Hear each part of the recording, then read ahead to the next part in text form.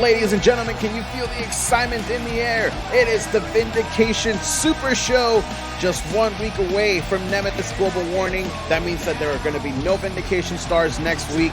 So today, we're going to blow the roof off the place. Absolutely, and I tell you, this Super Show is going to live up to its name. I mean, I don't know if you guys have seen the card that we have coming up here tonight, but I am more than excited, and starting off with two huge men. Brubble going off one-on-one against Garnet Court. Now, we know that Edward Bronson actually made, let's call a spade, a joke out of Garnet Court just 2 weeks ago. Brubble saw that happen and said, you know what? I'm going to do it too. So here we go. This match is official, and I fear for Garnet's Court health once again.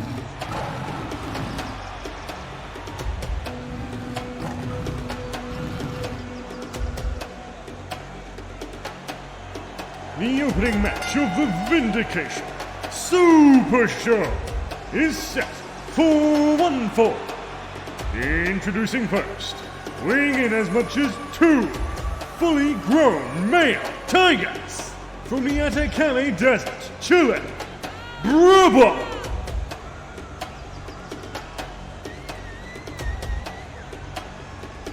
The man from another age, the barbarian from another age, Brubble, looking to make his mark on Garnet Court, and let me tell you, I don't think Garnet Court is going to be enjoying being on the receiving end of a Brubble beatdown. And look, this man, he can fight, he can wrestle, sort of. I think the best term for it would be brawl, but let me tell you, whatever the hell he does it with the best of them. You know, I think you hit the nail on the head. I don't know how ready Garnet Court is going to be for this matchup, because let's be honest, I don't think he's had enough time to recover from that block breaker just 2 weeks ago.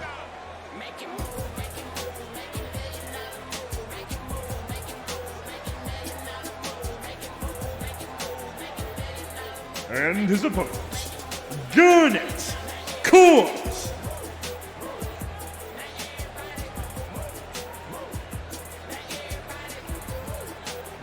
Garnet Court, I mean, you can never really count Garnet Court out, all right? We know that he's capable of amazing things. He just is usually, I would say, outclassed by his opponent, and I think that is very much the case here with Brubble, but who knows? This could be his night. It probably won't be, but it could be. Now, if there is somebody that I'm going to really compare Garnet Court to, it is going to be MMA's Uriah Hall. He comes in here in matches that he should lose and wins in spectacular fashion. But then he has matches where he should win and then he loses. So he's a bit inconsistent, if we're going to be perfectly honest. But Brubble here is going to be making a statement. He has been determined to do just as good as Edward Bronson.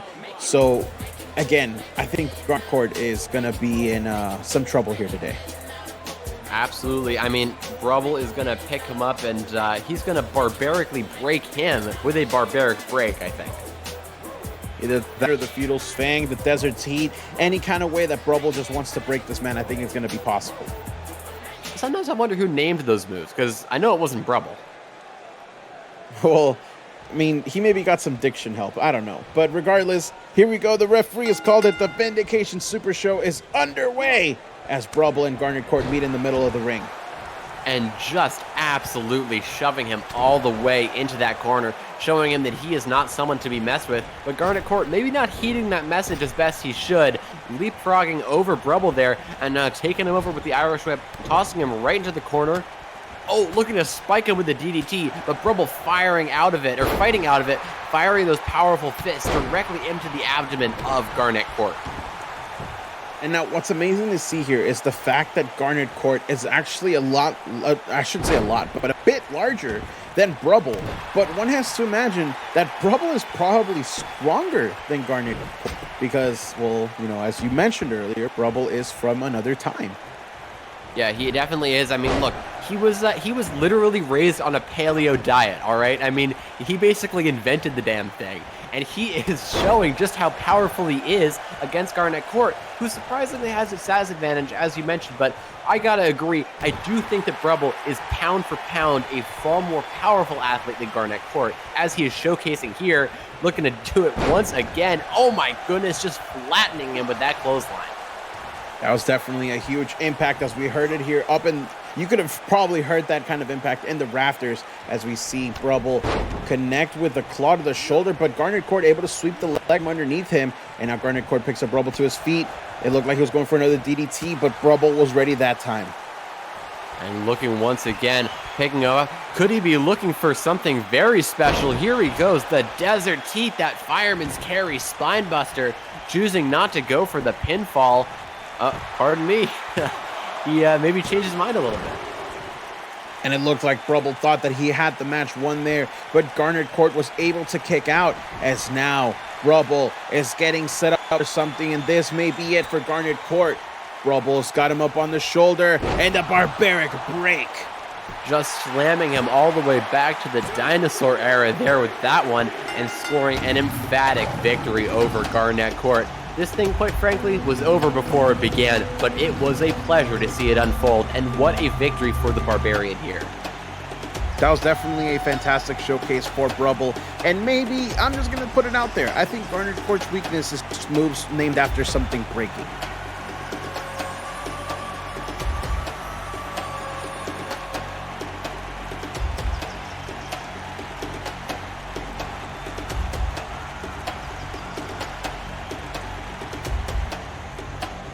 The winner of the match, Brubble. Congratulations go to Brubble, as he has actually done what Edward Bronson did a few weeks ago and managed to put away Garnet Court in amazing fashion. But now one had to wonder, are these two going to meet once again? Because based on their past, well, these two literally will fight everywhere. Oh, hold on. We know that music. Could it be? Could it be Edward Bronson? We know that it's low, but it's deafening. We know that beat usually is followed by the bloke breaker himself. Oh, and here he comes. Oh, God. Take cover. Take cover. Oh, my God. The mustachioed murderer is making his way to the ring. I'm going to hide over here, Jay. I don't like where this is headed, so I'm just going to hide over here. I'm going to hide behind you. If anything, if they come over here, you can distract them. I'm going to go through the audience. Now, I'm trying to not be... I'm trying to remain professional here, but seeing these two fight the last time was, in that last man standing match, was just absolutely insane. I don't know what else these two have in the tank to be able to go up against each other over and over again. But now Edward Bronson's making his way to the ring as we see him enter the ring. But... hold on, they're not fighting. Usually when they're this far apart, they start fighting. And now here we go. Oh my goodness. Are they perhaps... look at that, a handshake, offering each other a sign of approval. You know, they say that when you're being chased by a grizzly bear, you just have to kind of outrun the person you're with, which is why I was scanning the audience for perhaps a small child to throw at them in case I needed to make a quick getaway. But it looks like I don't need to, as these two are kind of getting along amicably. Perhaps this is the start of a new team. If that is the start of a new team, good luck, tag team division, because I have never seen two titans like that. And if you put them together, that's even scarier. That's like the Statue of Liberty on steroids. But speaking of people who are making an impact, here's Griteri making his way to the ring, donning green as opposed to his usual red. He did ask for a little bit of time to come out here and talk to the Vindication people on this very important episode where we have the most eyes on Vindication. And I'm excited to see what he's got to say. He's possibly going to be one of the biggest prospects here on Vindication that came up from Justice, and Griteri so far has taken the universe by storm.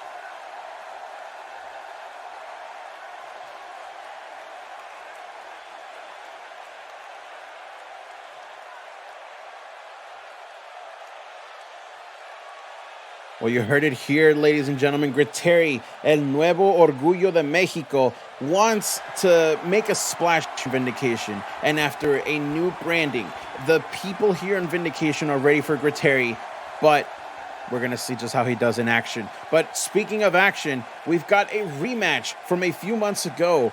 Ebac and Zyro Toa are looking to get a victory to get started back on the winning ways. And Jay, who do you got here today? I mean, quite frankly, I don't know, but, influenced by our visitor we just had, I gotta say, this is gonna be an excelente match. Huh? Why do I pay you?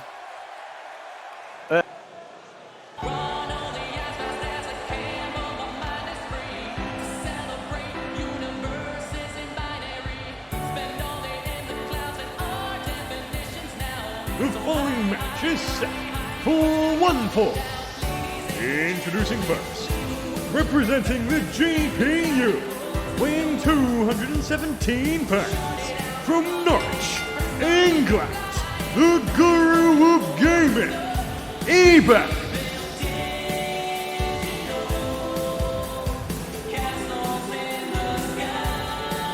Well, here comes Ebac, one half of the GPU, as we just heard our wonderful ring announcer say. The Dow Ranger's not out here currently, but the Dow Ranger did pick up an amazing victory for himself against Audrey Hunter not too long ago. Now it's Ebac's turn to go up against Zyro Toa. And even though these two have experience against each other, you know that these two have evolved since the last time they went at it. And Ebac is in for a ride.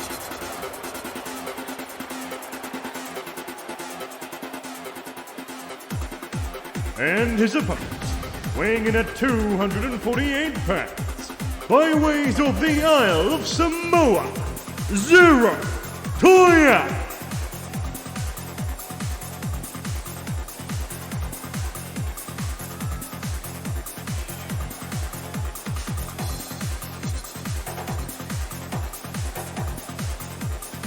And, I mean, you already know, but this is one of my favorite guys. I mean, the battle in Simoleon, he is here to make an impact all over Ebac's face with those massive fists of his. I mean, I think Ebac's going to be lucky if he doesn't come out of this match with a Kamehameha impact tattooed on his chest. Well, Zyro Toa is definitely looking to get back on the winning ways. We haven't been seeing much of him as of late. He has been missing in action for just a little bit, but this could be his opportunity to get back in the forefront of the Vindication fans' minds, if you will. And these two just immediately go at it as Ebac goes for that flying clothesline, but you can see that he hurt his arm doing that. I mean, look, when you take an impact like that, he's leaping all the way off the ground and then collapsing onto our heart. I mean, this canvas that we have here on Vindication is very unforgiving. Those boards are not to be taken lightly, even if you're the competitor who's giving the move. So Ebac has got to be careful if he's going to come with high-risk impact like that, impactful offense right out of the gate. But look, Zyro Toa is up for a tough challenge.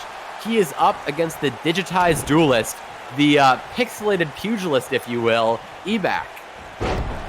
And, I mean, you say that about Ebac, but let's be perfectly honest here. Zyro Toa is somebody that you can't underestimate. We have seen his speed, we have seen his athleticism, and even though he is thick with, let's say, 5 Cs, this man can move. Oh, absolutely. Make no bones about it, Zyro Toa is my pick to win this match, alright? I expect him to finish this with an enthusiastic Simoleon drop and get the 1-2-3 over Ebac. But the first thing he's going to do is get his hands on Ebac, which he's managing to do quite well.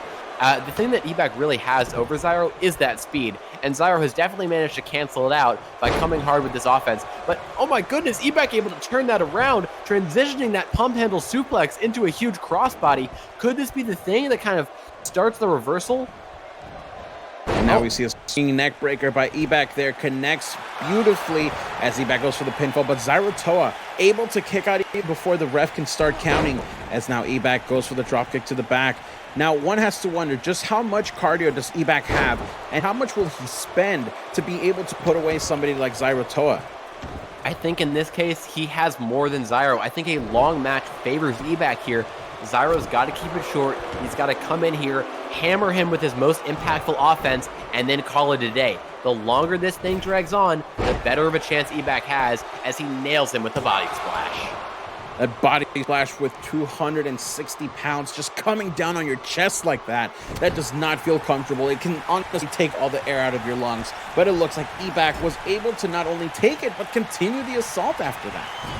I mean, look, he wants to maintain his momentum. You got to think that he is looking to get another title shot for GPU. And speaking of which, there he goes, landing that signature springboard moonsault. And now, looking to follow up. Oh, we know what this is. The NVIDIA driver! That front flip DDT just crashing the crown of his head against the canvas. And that's gotta be, as the referee counts to 3, Ebak, you can see it in his body. This man, that took everything out of him. That was probably the last shot that Ebak could have connected with, and Zyroto was put away, but at what cost?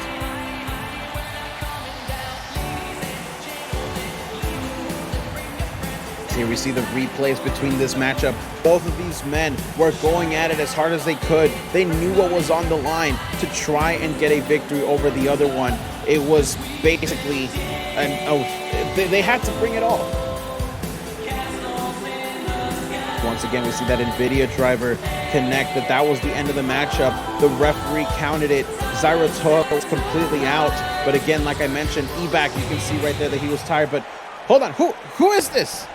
Oh, I was going to talk about how impactful and deadly the NVIDIA driver was, but even more impactful and deadly is this chair that this mass attacker is just wailing on Ebak with. I mean, who is this individual? What's he doing? I mean, oh my goodness. He delivered that uppercut with such force that it shook the entire ring and he was brought to his knees. And oh my god, the Selena del Sol! That's Dower Ranger's move. Don loses footing there for just a second, but who is this individual? Why did they attack Ebak with Dower Ranger's move like that? He delivered that move with such force that not only did the whole ring shake, the whole building shook. I almost fell out of my chair there for a second. It's understandable why he fell to his feet, but my question is, what was it? What does he have against Ebak that made him beat him down with such vigor? Well, regardless, we're getting some help here for Ebak in the ring, as it looks like he really does need some medical attention. He may have actually been a bit dehydrated, if you will. But moving on to the next match, ladies and gentlemen, I promise you that Ebak is going to be okay as our medical professionals are attending to him.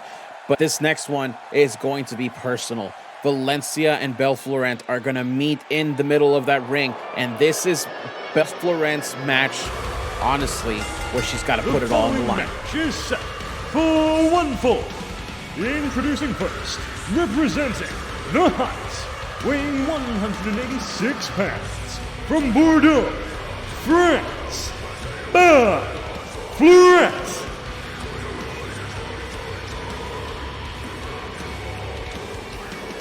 And big bicep Belle making her way to the ring. She is looking to put an end here to Valencia. I mean, she wants to get a little bit of momentum going, all right? I think she sees herself in the championship picture, but to do that, she needs to take down the woman who she challenged so emphatically. She needs to take down Valencia, and that is no easy task.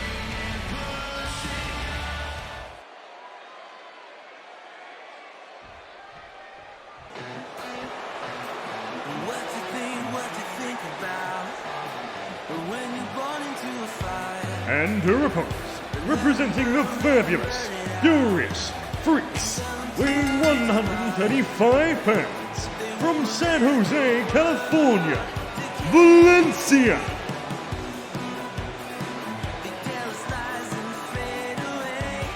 When you talk about the greatest individuals that the CWL has ever seen, a name that I believe gets left off of that list far too many times is Valencia.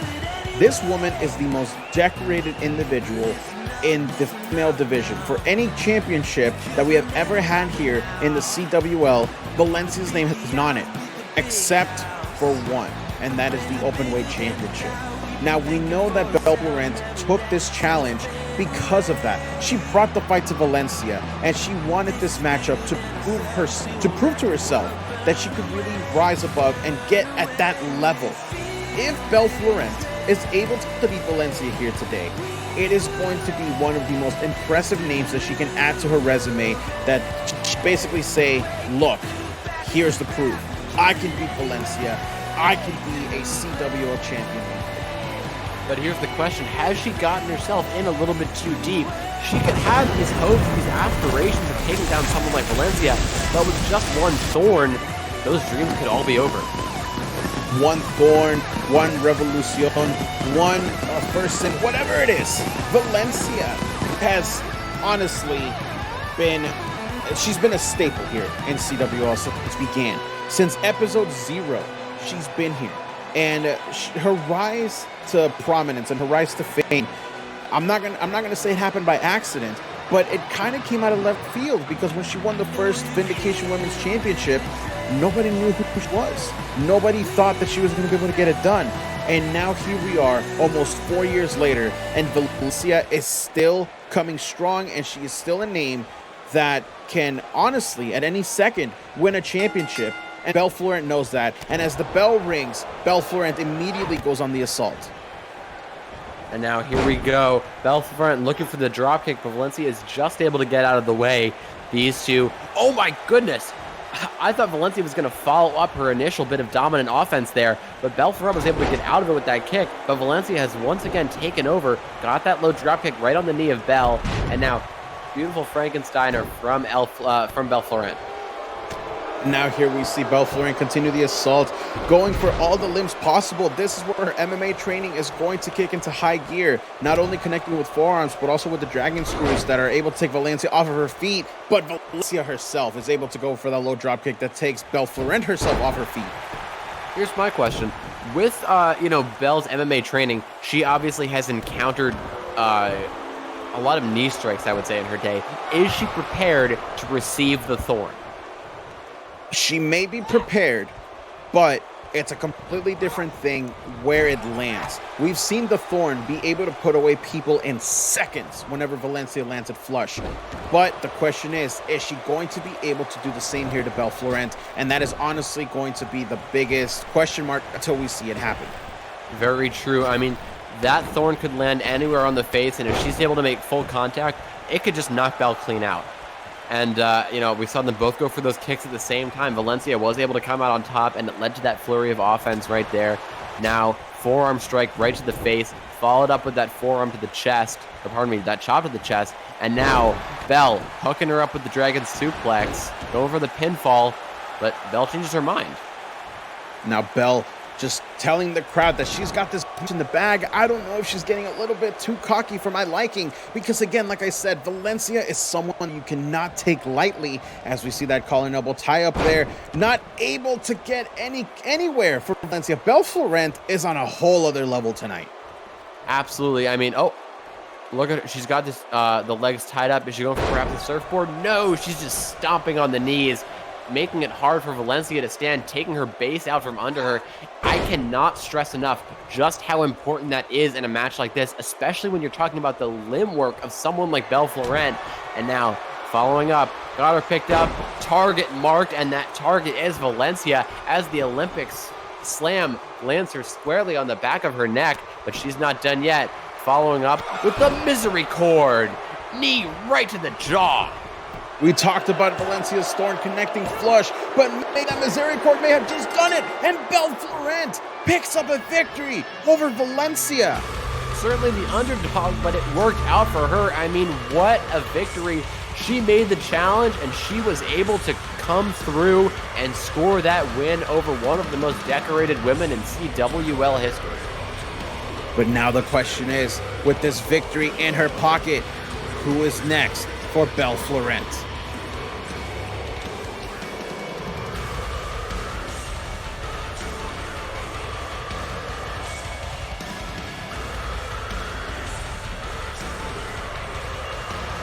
The winner of the match, Belle Florent. There she is, Belle Florent. Not only promised a victory here over Valencia, she delivered in spades. Absolutely. And speaking of something that's going to deliver in spades, hold on, I was going to say our upcoming match, but looks like we've got something else planned. Unless I'm mistaken, this is Andre Hunter coming out. You are correct. Now, I honestly thought Andre Hunter was going to come out later because he did ask for some time to be able to speak not only to the Vindication people here in the arena tonight. He wants answers. He is going to come out here and call out Prince Beret for, I'm not sure if it's a match or what exactly is going to happen here, but all I know is that he wants answers. Now, Jay, I know you have your ear to the ground very closely because you tend to just know everything that's going on here. Have you gotten a chance to talk to Prince Beret at all? I want to clarify something real quick. I don't have my ear to the ground, all right? I pay people to keep their ear to the ground, and then they tell me, all right? I would not put my ear near the ground. It's dirty. There are germs. People spit there. You know about that? You heard about that? That's gross. But regardless, no. To answer your question, I have not heard from Prince Beret, despite the fact that I have told my ground ear people to try to, get some words out of him because I want to know what the hell is going on. But my queries have yet to be answered. The man remains an enigma, and my question is maybe Andre Hunter could do what my people could not and get some words out of Prince Beret here tonight. Well, that's also if Prince Beret even comes out here. Last week, I'm just going to put it out there, he kind of scared me, if we're being honest. He came out here to watch Andre Hunter's match against Willie Black, and he was staring at me for like a good 2 minutes before he finally turned around to Andre Hunter and paid attention to the action. And even then afterwards, Andre Hunter got his face and, well, Beret just walked away. I think he might have been staring at you because you had something in your teeth. I didn't tell you, but it was right in between your front teeth there. I think it might have been a bit of spinach or something. But regardless, he was really, almost calling his shot on Andre Hunter. I am very curious what his intentions are with the Messiah. Well, now that the Vindication faithful here today have now taken Andre Hunter in his full self-proclaimed excellence, now it's time for Andre Hunter to finally come out here and say what he needs to say. And let's just hope that Prince Beret actually answers this.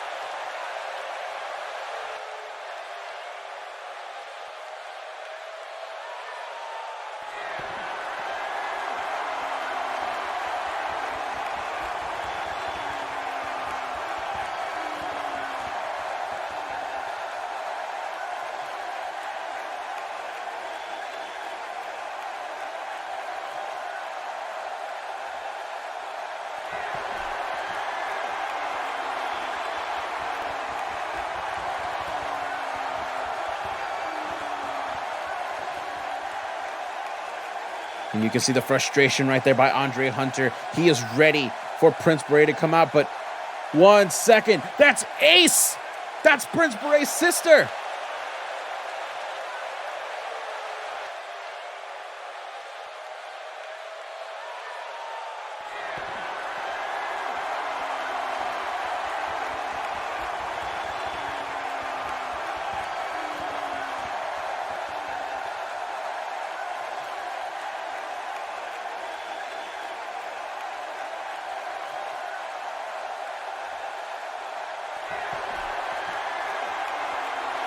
Now, ladies and gentlemen, this is Ace from Genesis. We didn't expect to see her here today.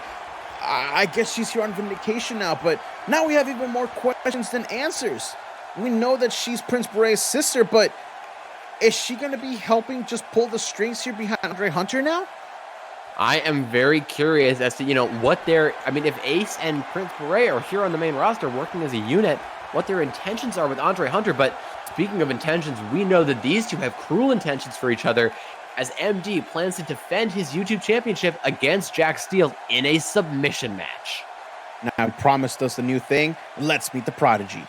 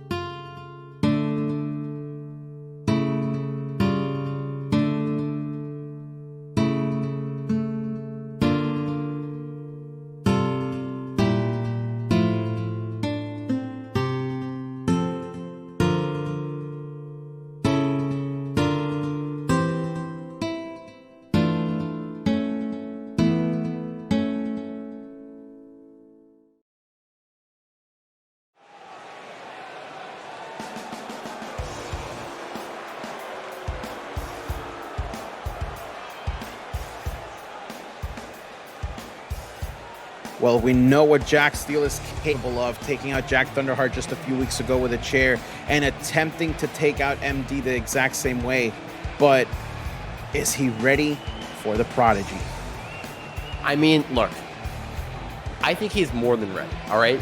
This man, he inspires devotion. He inspires faith. He inspires confidence from his followers, all right? He is here to change things. That's the reason why he created the Church of Steel. That is the reason why he went from just another member of the roster to being a messiah, all right? Or not to steal Andre Hunter's thunder, but this man has been doing this for quite a long time, and he has been, moderately successful. But the important thing is he's going to cap off his success tonight with a YouTube championship victory, and he is going to do it by locking MD in the steel trap until he has no choice but to tap out. And, that's honestly something that we have to think about as well. As long as we've seen MD here in CWL, I don't think I've ever seen him bust out a submission hold quite as deadly as the steel trap for Jack Steele. So is it really smart of MD, Prodigy or not, to come out here and accept this challenge for a submission match? Well, let me tell you something. All right, as I've said, I've had my ground ear people on the streets, and I think MD may have a little surprise in store for Jack Steele in the submission department. And we'll just have to wait and see if that comes to fruition here during this match. Well, here we go, ladies and gentlemen. This is the Prodigy MD, completely donning a new look, telling everybody that the YouTube champion is going to remain with him. A much more focused MD than we've seen before. But if I'm being honest, as I look around the arena right now, Jack Steele came out by himself. That's not normal. And if I'm a betting man, I guarantee you the Church of Steel is going to get involved here. And I fear for MD's title reign if that is the case. Well, I am a betting man, and let me tell you, I feel the exact same way. Look, Jack Steele's no fool, all right? Far from it. He's pretty smart, and I think he's going to use his skills and his tools to his advantage. And one of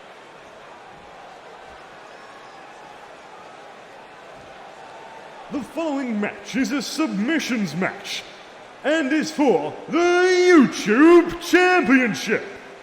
Introducing first, the challenger, representing the Church of Steel, weighing 206 pounds, from Brooklyn, New York, Saints Jack Steele. And your champion, weighing 214 pounds, from Belfast, Ireland, your YouTube champion, MD.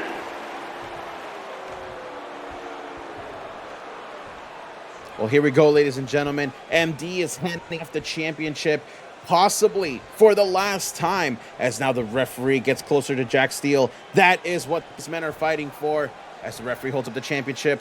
And here we go. Are you ready, Jay? I am more than ready for these two to go at it.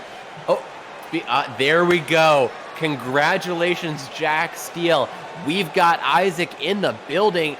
He is here. He is ready to make an impact at the side of his leader, Jack Steele. Once again, MD has been brilliantly... Oh my God! Wait, hold on! This is Jack Thunderheart! Here! God damn it! MD has brought another one of his little friends to ringside, I guess, maybe to try to even the odds. Ignore him, Isaac. Just keep going. No, Isaac's getting him back up there. He's going to try to fight Jack Thunderheart. Isaac, what are you doing? Isaac, just get down to ringside. Don't worry about Jack Thunderheart. He's an insignificant pest. It doesn't matter. Oh my God, and now these two are locking up at the top of the ring. What a belly-to-belly suplex from Jack Thunderheart. Oh, Isaac has been sidetracked by this man. And now another suplex. How is Jack Thunderheart here?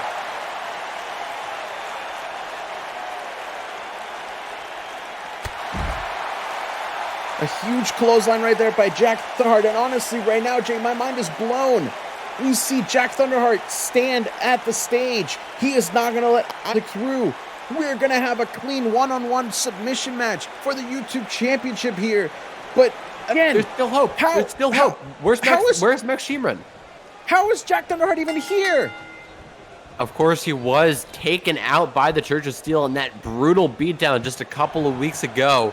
But You know, if there's one thing I can say for Jack Thunderheart, he has relentless perseverance, and that is exactly the thing that enabled him to come out and foil Jack Steele's attempt to get the upper hand here. But that may have, been all for naught, as we must remember that Max Shearman is still waiting in the wings somewhere. You're not wrong, and we know that MD does have Phil X in his circuit as well, and maybe even Zistro Horror, maybe even Zyrotoa. Those are two people that said that they're going to be willing to fight alongside MD against the Church of Steel. So, you're right, I don't know where Max Shearman is. That is also a wild card here. But, hey, the action has started. We have a very exciting YouTube Championship match in front of us. Let's see who's going to be the man to tap out and walk away with the championship. That backstabber into that two leg drops, just crushing the trachea there of MD. But MD following it up, hitting that elbow right against him there, and what a rocket kick straight into the sternum of Jack Steele. I mean, Jack Steele's going to be lucky if he doesn't have any rib damage there. Looking to follow up with that spinning elbow strike, but MD caught him in the headlock. And now as we still see Jack Thunderheart up at the stage, holding Isaac back, this match will remain as clean as possible. Now MD fighting Jack Steele on the outside. Now, there are no countouts. This is a submission match. The only way for this to end is for one of these men to submit to the other. And again, like we mentioned, Jack Steele has the steel trap. But what does MD have in his arsenal to try and win this matchup?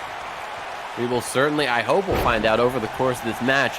And most importantly, we'll find out if Jack Steele has an answer to it. But as he slams the knee down on the back of Jack Steele's head, MD has certainly been enjoying the advantage in the second half of the action that we've seen so far. Oh my goodness, and now just flipping around, he calls that the Skullbuster.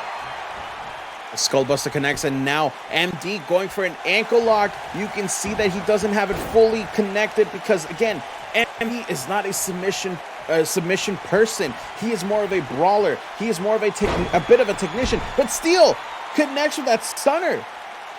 That suplex stunner, beautiful job there. We've seen that from wrestling legends like Ron Killings in the past, and now Jack Steele is using it to full effect, pulling him around and just wrenching on the arm there. Devastating work from the leader of the Church of Steel. That right there is the injured arm of MD. Don't forget that Jack Steele has injured this arm right here, and now the steel trap is in. MD is in a whole lot of trouble. Don't even be YouTube champion. Come on, MD, tap out. You gotta give up. There's no escaping the steel trap. Or, well, maybe there is escaping the steel trap, but you won't get out of it a second time. A lot of force used by MD right there, but hold on. What's this? It's exactly what I was worried about. He calls this the prodigal lock, and he's got it locked in to retain his YouTube championship. No, Jack Steele, why did you give up? MD retains the YouTube champion in incredible fashion, as again we still see Jack Thunderheart up at the stage covering eyes, making sure that nothing is gonna get through. But MD, the prodigy, just made a statement here on Vindication Super Show.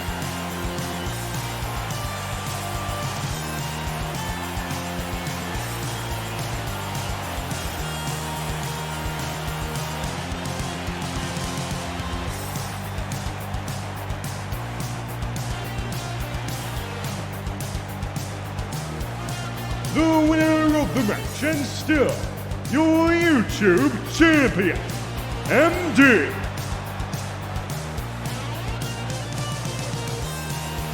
And there you see it, ladies and gentlemen, the disbelief in MD's face. Can't believe that he actually retained the championship in the fashion that he did, tapping out Jack Steele with just one prodigal lock. And well, the prodigy is here. Now he has a successful title defense under his belt. Who's next for the YouTube champion? I mean, he certainly seems willing to take on all comers. And, you know, I'm sure that the number one contender for that title will be decided in the coming days. But now, you know, as we look ahead, we're looking at something that I think everyone on the Vindication Super Show has been looking forward to. Speaking of number one contenders, this next matchup will be, oh, pardon me, I'm getting a little bit ahead of myself here. Next up, we have Michael Young, the Vindication Heavyweight Champion, versus Chris Princess. Now, this is a non-title match, but ladies and gentlemen, today is the Super Show. This right here could main event any episode of CWL ever.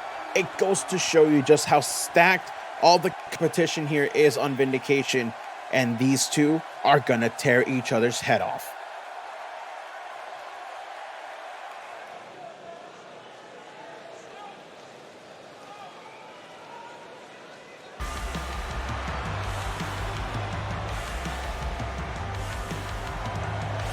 The following match is set for one fall. Introducing first, weighing 253 pounds, from Melbourne, Australia, your Vindication Heavyweight Champion, the Lord of Lariats, Michael Young. There he is, the Vindication champion, Michael Young. And as Alexandra Shaw said at Mary Mayhem, this man is unstoppable. He is currently what many believe the greatest wrestler in the entirety of the world right now. And the fact that Chris Princess not only asked for this matchup, said he doesn't care about championships, just goes to show how big of a masochist Chris Princess really is.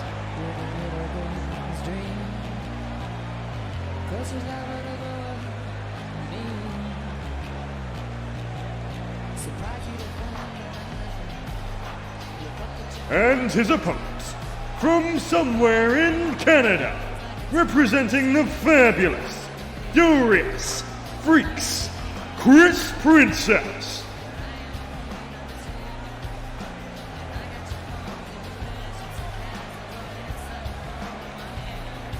If 2 years ago you told me that Chris Princess was going to be one of the most sadistic individuals we've ever had in CWL, I would not have believed you.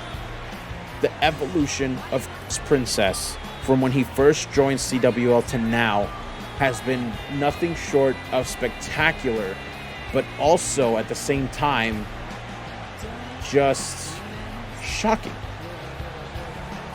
Look, he likes beating people up, and he likes getting beaten. He likes getting beaten up. This is one screwed up individual, but he gets it done in the ring. The problem is, he's not going to be able to get it done against Michael Young, the greatest champion we've ever seen in all of CWL. And now here we see these two go at it once again for the first time in what I feel is 2 years, if I'm not mistaken. And the people here in Honolulu, Hawaii right now are going nuts. They know that this is a high-profile match. And even though it is the title, it is going to be hard-hitting. And both of these men are just going to destroy each other. There's the bell ring. Everybody take cover. I hope Chris Princess is ready to have his head taken off and be turned inside out, because that is exactly what Michael Young is going to do. As Chris Princess gets that knee, Michael Young is staggered but not yet grounded. And now here's the question here for you, Jay. I know you have a bit of favoritism because this is your client in Michael Young, but these two have a similar maneuver. Who do you think has the best lariat? Who do I think has the best lariat? You're talking about Chris Princess versus the Lord of the Lariat, all right? They call him that for a reason. They call him that because he's the best. They call him that because he does it like nobody else does it, all right? Not only does he do a lariat like nobody else does it, he does everything else in the ring like nobody else does it. This is the greatest champion you have ever had in CWL, and goddammit, he gets paid like it too. You're welcome. I mean, you're not wrong. I'm not going to argue with you there. But when you put that in perspective against Chris Princess, that is where everything really changes. As we see Chris Princess taking control of this matchup. Now, let's put this out there. Just 5 months ago, that was Chris Princess's championship. But here we go, the first pinfall of the match. Michael Young, not quite enough damage done there to get the win there. But this was Chris Princess's championship just 5 months ago. So it hasn't been that long removed since he was the top person here on Vindication. Listen, I completely understand, and I don't want to diminish Chris Princess's achievement. Oh, ref, get rid of this. Disqualify him with the testicular claw. That shouldn't be allowed. Now setting up for something big here. Got him locked up, looking for the extra dirty deeds. Plants him, but that is not going to be enough to get the win over someone as capable as Michael Young. 2. Yeah, just can't do it. And as I was saying, look, I don't want to diminish the accomplishments of Chris Princess, all right? He is a tremendously talented individual. He can do it better than a lot of people out there, but when you're in the ring against Michael Young, it's just not enough. He is the greatest, and he will continue to be the greatest for the foreseeable future. Now, Chris Princess is very, very good, but he is not S tier, and that is exactly what Michael Young is. And we saw that brain buster right there connect by Michael Young. Now he could have actually rocked Chris Princess to the core as 2 shoulder blocks go back to back. Michael Young falls to the outside. Oh, hold on. He actually catches himself, goes to the top rope. Chris Princess has no idea. And now the double axe handle connects. And Michael Young is getting all kind of fired up here. Here he goes, picking him up and looking to finish him off as he got him up with the brain buster. The brain buster once again connects. Could that have been it for Chris Princess? The referee got to, but no, Chris Princess kicks out. And Michael Young already with a little bit of disbelief in his system. And here he goes. He is not willing to let this one go to Chris Princess because he knows it, and we know it. He's the best in the world. And here he goes with the Painmaker. The Painmaker was what won him the championship from Harris just a few months ago. Has it put away Chris Princess? And it has. The Vindication champion has defeated Chris Princess with emphatic lariat to end the contest. Look, Chris Princess fought hard and he fought well, but it was just not enough when you're talking about the best of the best, Michael Young. You know, you keep saying that he's the best of the best, and honestly, it's undeniable at this point. But these two, oh, hold on. They're still going at it. The match is over, but these two are still fighting. Guys, we need to get the camera back to the action. Take a look at this. They have a warrior spirit. Oh, what a nice one from Young there, but Prince is firing right back. Now these two are, guys, we need to get the camera. Production, what are you doing? You're missing the action. Michael Young is now just on top of Chris Princess, laying down the punches over and over again, and he won't stop. He is just beating the crap out of him. Keep at it, Young. Yes, firing on all cylinders here, and now firing the fist directly into the face of Chris Princess. And now here we see Michael Young getting set up for something. Oh, hold on. The turnbuckle's loose. And now he's going to go get Chris Princess. Oh, don't tell me he's actually going to scramble his brain with that steel in the corner. This is exactly what he is doing. Listen, he's the best of the best, and I would not invest in anyone else. He knows exactly how to lay a hurting on him. Look at that, just bashing him over and over again into the exposed turnbuckle ring. That is gonna leave a serious impact, not just on the skin, but on the inside, on the brain. He's not trying to win a contest here. He is legitimately trying to injure Princess. And Michael Young, I'm gonna be honest, that's not what we're about here, but 1 second. Who's that up at the stage? Ugh, it's Colin Piper here to ruin my day again. Sometimes I'm hanging out with Michael Young, and then this little twerp shows up, and I have to deal with him too. Can you just stay in the back? Well, Michael Young has stopped attacking Princess as Colin Piper makes his way to the ring. We know that these two were starting, or at least Michael Young was yelling at Colin Piper in the backstage area the past few weeks. Now, have they made amends? What the hell, Colin? He just hit him below the belt, taking a leaf out of Chris Princess's book with that low blow. This is unacceptable. Colin Piper, you're going to get a total scolding from this by Michael Young. What's Colin Piper doing? I have no idea, but he is barking up the wrong tree. I don't even know what his intentions are as he does this to Michael Young. What is he thinking, hitting a low blow like that on the Vindication heavyweight champion? That's unacceptable. I mean, and now what is he doing? He's talking to Chris Princess. What is he going to get chummy with the leader of the FFF? This is atrocious. This is disgusting. This is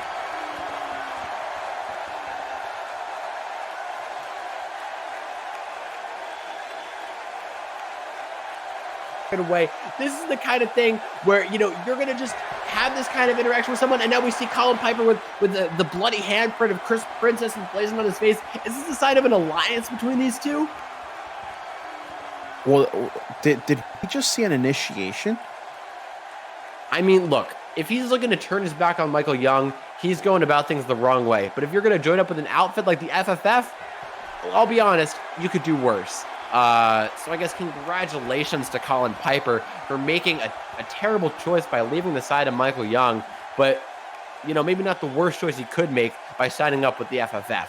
And now coming up next, we've got our main event, all right? I'll just try to move on from whatever that was. Catherine Love versus Marilyn Benson, Openweight Championship. Here we go. I'm honestly excited for this one, and we couldn't have had a better main event for this show right here for the Vindication Super Show.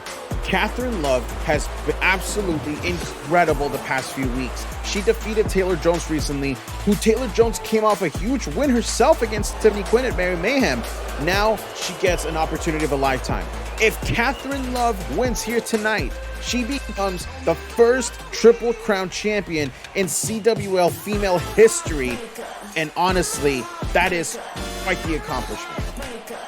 Exactly right. I mean, she is looking to lay a serious beatdown on Marilyn Benson, but the serious wrestler, I don't think is going to have any of it. And I mean, you can feel the tension in the air. This is a high pressure moment for Catherine Love. She's come close before in the past, but honestly, against a test like Benson, on the kind of streak that Benson has been in herself, this match is going to be intense. Absolutely. I mean, Catherine Love, she has a lot of impressive tools in her arsenal, but it is hard to count someone like Marilyn Benson out, especially with the incredibly dominant championship reign she's had so far. And now we await the entrance of the champion. Catherine Love looks ready. She is poised to possibly win the Open Championship here. But which Marilyn Benson is going to show up here today? Is it going to be the Kamikaze Benson? Is it going to be the methodical Benson? I honestly don't know. But if one thing's for sure, is that she does not want to let go of that championship because it means so much to her. I mean, absolutely. This is someone who just every inch of her is deadly, all right? She can kill you or take you out of a matchup with so many of her moves, all right? And I mean, killing a wrestling contest, not killing a real contest, of course. But look, she is gonna, I believe she's gonna be killing Catherine Love's championship dreams tonight. Will she actually be able to do that? Or is Catherine Love going to be just one heartbreak away from becoming the next Openweight champion? Ladies and gentlemen, we're going to take it up to our ring announcer here. Let's get ready for this. The main event of the Vindication Super Show is set for 1 fall and is for the Openweight Championship. Introducing first, the challenger, weighing 132 pounds, from Boston, Massachusetts, Catherine Love. And your champion, weighing 130 pounds, from Salem, Massachusetts, she is the Openweight champion. She is also a serious wrestler, Marilyn Benson.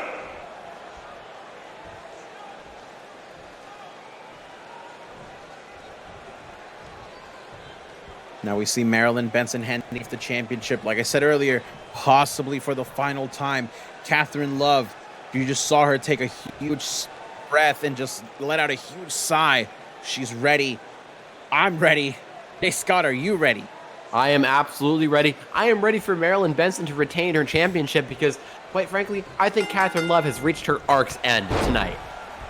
And now that big clothesline coming out right off the bat, she was like out of a cannon. Catherine Love bringing out, she knows that she has to neutralize Kamikaze Benson, and that knee hit, but Catherine Love was ready to go for it as well. She was like an arrow loosed from Cupid's bow, but Marilyn Benson is not about to let that momentum continue as she begins to go about her way, goes for the Benson Blitz. Look at her just raking the foot against the face there, and now that kick. Oh my God, imagine the damage that'll do to the orbital bone. Definitely deadly, but now Catherine Love going for the arm drag there. The pace has not slowed down, and we're only a minute into the matchup. Are they going to be able to continue this pace for what could possibly a 10-15 minute contest? I mean, I think that Marilyn Benson, as we know, she does best when she ends things quickly. So she has got to keep this to maybe a 4 or 5 minute matchup at most if she wants to secure her chances of a victory. Of course, if it does go longer, I'm not saying that she can't win. I'm just saying her job will be a lot harder because we know how much she thrives in these short-lived contests. I think Catherine Love will benefit a lot from trying to draw this one out, slowing down the pace, hitting moves like that beautiful STO neckbreaker there, and just keeping Benson on the ground as opposed to on her feet. Now a low drop kick from Catherine Love connects there as Benson seems to have been shook, maybe just a little bit. Maybe she has been taken out of her element as Catherine Love once again just stomps on the face, goes for the pinfall. Referee's right there, but only a 1 count as Benson expends a little bit of extra energy to make sure that she pushes Catherine Love off of the pinfall. And look at that beautiful dragon screw, gonna take her knee out of its socket there.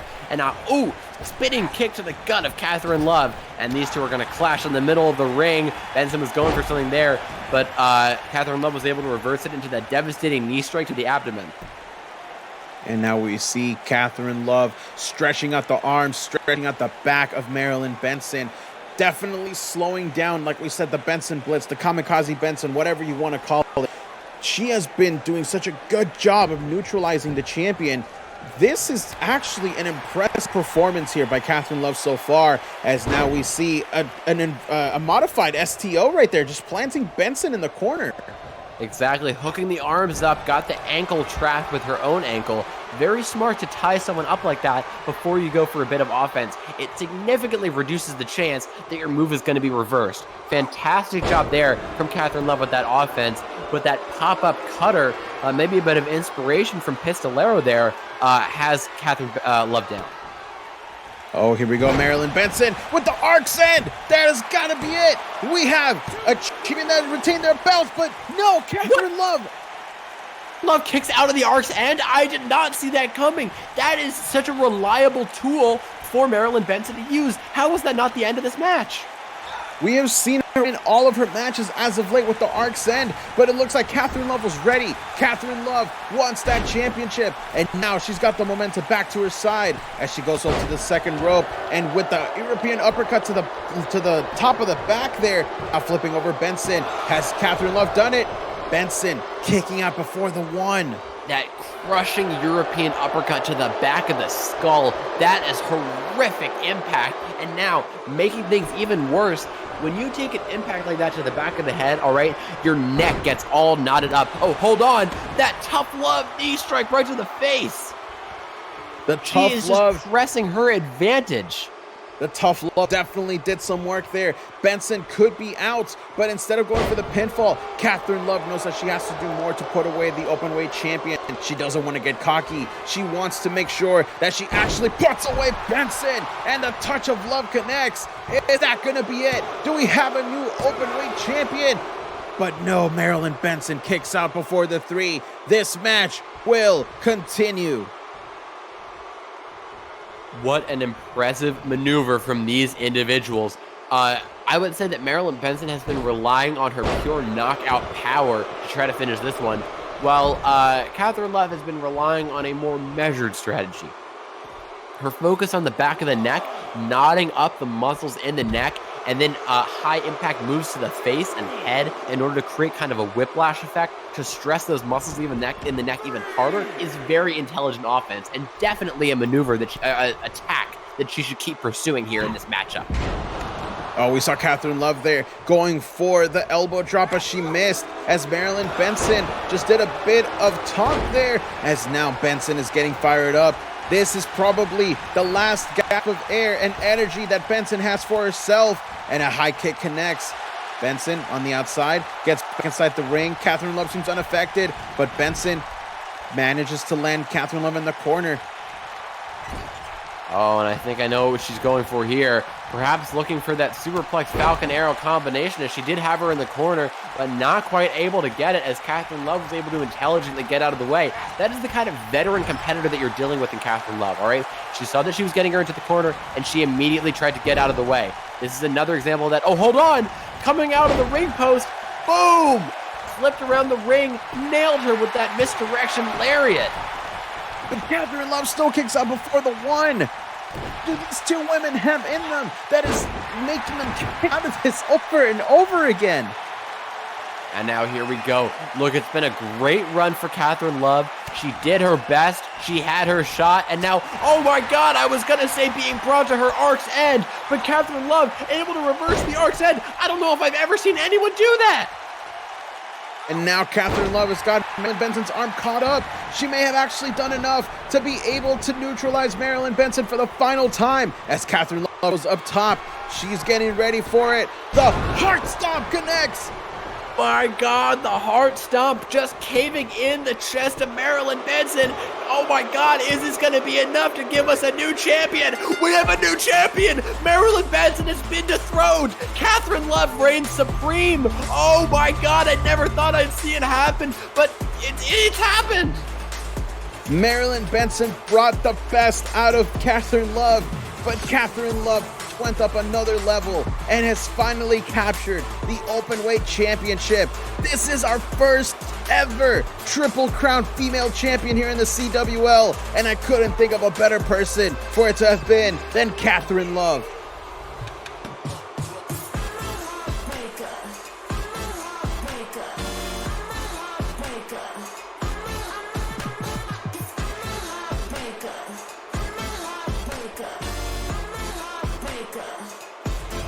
The winner of the main event and your new Openweight champion, Catherine Love. And you can see the emotion just come out of Catherine Love. She knew that she had it in her, but now she gets to call herself the first ever Triple Crown champion in the female division here for CWL. And again, I will say it till the end of time, I couldn't think of a better competitor for it to go to. Ladies and gentlemen, this was the Vindication Super Show. What a way to go out. We will see you all in 2 weeks for Vindication action once again.